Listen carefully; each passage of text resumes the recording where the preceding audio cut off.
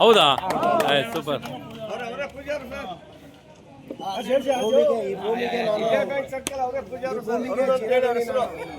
ಸಾಮಾನ್ಯ ಐಟಮ್ಗಳ ಅಂಗಡಿ ಇದೆಲ್ಲ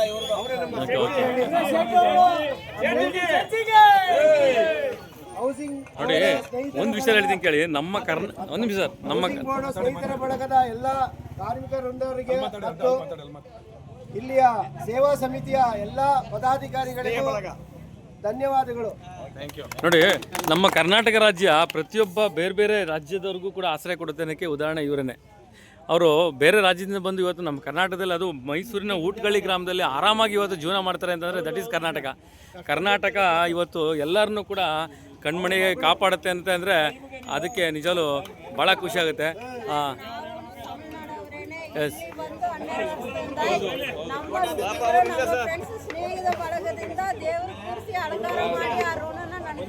ನೋಡಿ ನಮ್ಮ ಕರ್ನಾಟಕದ ಬಗ್ಗೆ ನಮ್ಮ ಕನ್ನಡಿಗರು ಎಷ್ಟು ಚೆನ್ನಾಗಿ ಮಾತಾಡ್ತಾರೆ ಅಂತ.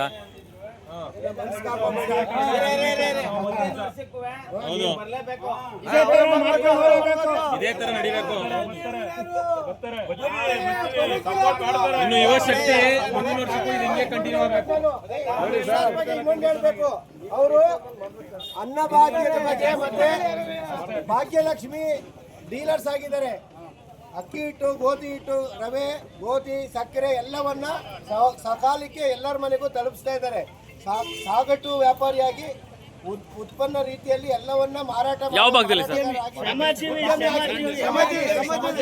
ಎಲ್ಲಿ ಎಲ್ಲಿ ಎಲ್ಲಿ? ಎಲ್ಲ ಇಡೀ ಮೈಸೂರು ತಾಲೂಕಿಗೆ, ಮೈಸೂರು ಮಟ್ಟ, ಮಂಡ್ಯ, ಕೊಡಗು ಎಲ್ಲ ಡಿಸ್ಟ್ರಿಕ್ಟ್ ವೈಸ್ ಮಾರಾಟಗಾರರವರು. ಮಹಾಲಕ್ಷ್ಮಿ, ಭಾಗ್ಯಲಕ್ಷ್ಮಿ. ಈ ವಿಷಯ ಕೇಳಿ, ಮುಂದಿನ ವರ್ಷ ದಂಪತಿ ಸಮೇತ, ಸಂತಾನ ಸಮೇತ ಬರಬೇಕು.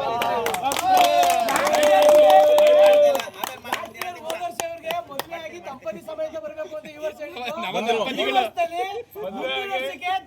ಸಂತಾನ ಬರಬೇಕು. Thank you.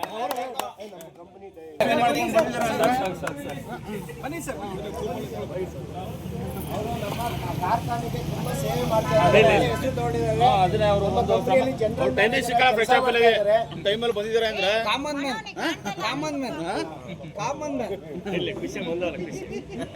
ನಿಜವಲ್ಲ, ಇದು ಕೇವಲ ಒಂದು ವಯಸ್ಕರಿಗಂತಲ್ಲ, ಇದು ಎಲ್ಲ ಪ್ರತಿಯೊಂದು ಕೂಡ ನೋಡಿ, ಅಫಿಷಿಯಲಿಟಿ ಇರೋರು ಕೂಡ ಇವತ್ತು ಧಾರ್ಮಿಕ ಆಚರಣೆಗಳಲ್ಲಿ ಭಾಗಿಯಾಗ್ತಾರೆ ಅಂತ ಕೂಡ ಒಂದು ಕಂಪ್ನಿಯ ಎಸ್ಟಾಬಿಟಲ್ ಆಗಿ ಕೂಡ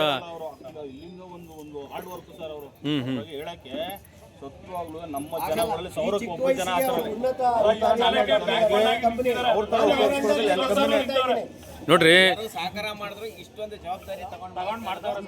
ನೋಡಿ, ಇನ್ನೂ ಉನ್ನತ ಹುದ್ದೆಗೆ ಹೋಗ್ಲಿ ಸರ್. ಸಾಮಾನ್ಯವಾಗಿ ಜನಪ್ರತಿನಿಧಿಗಳನ್ನ ಹೊಗಳು ನೋಡಿದ್ವಿ, ಜನಸಾಮಾನ್ಯರ ಹೊಗಳು ನೋಡಿದ್ರೆ ಇದೇ ಫಸ್ಟ್ ಸರಿ. ನಾನು ಒಂದು ಮಾಡುವಂಥ ಕಾರ್ಯಕ್ರಮಗಳು ನೋಡಿದ್ರೆ ಜನಪ್ರತಿನಿಧಿಗಳನ್ನ ಹೊಗಳುವಂಥವ್ರು ಹಿಂದೆ ಎಷ್ಟೋ ಜನ ಇರ್ತಾರೆ, ಅದಕ್ಕೆ ಬೇರೆ ಬೇರೆ ಕಾರಣಗಳಿರುತ್ತೆ. ಬಟ್ ಜನಸಾಮಾನ್ಯರು ಹೊಗಳ್ತಾರಲ್ಲ, ಅದು ಚೇಂಜ್ ಆಫ್ ಕರ್ನಾಟಕ. ನಿಜವಲ್ಲ, ಒಳ್ಳೆದಾಗಲಿ. Thank you.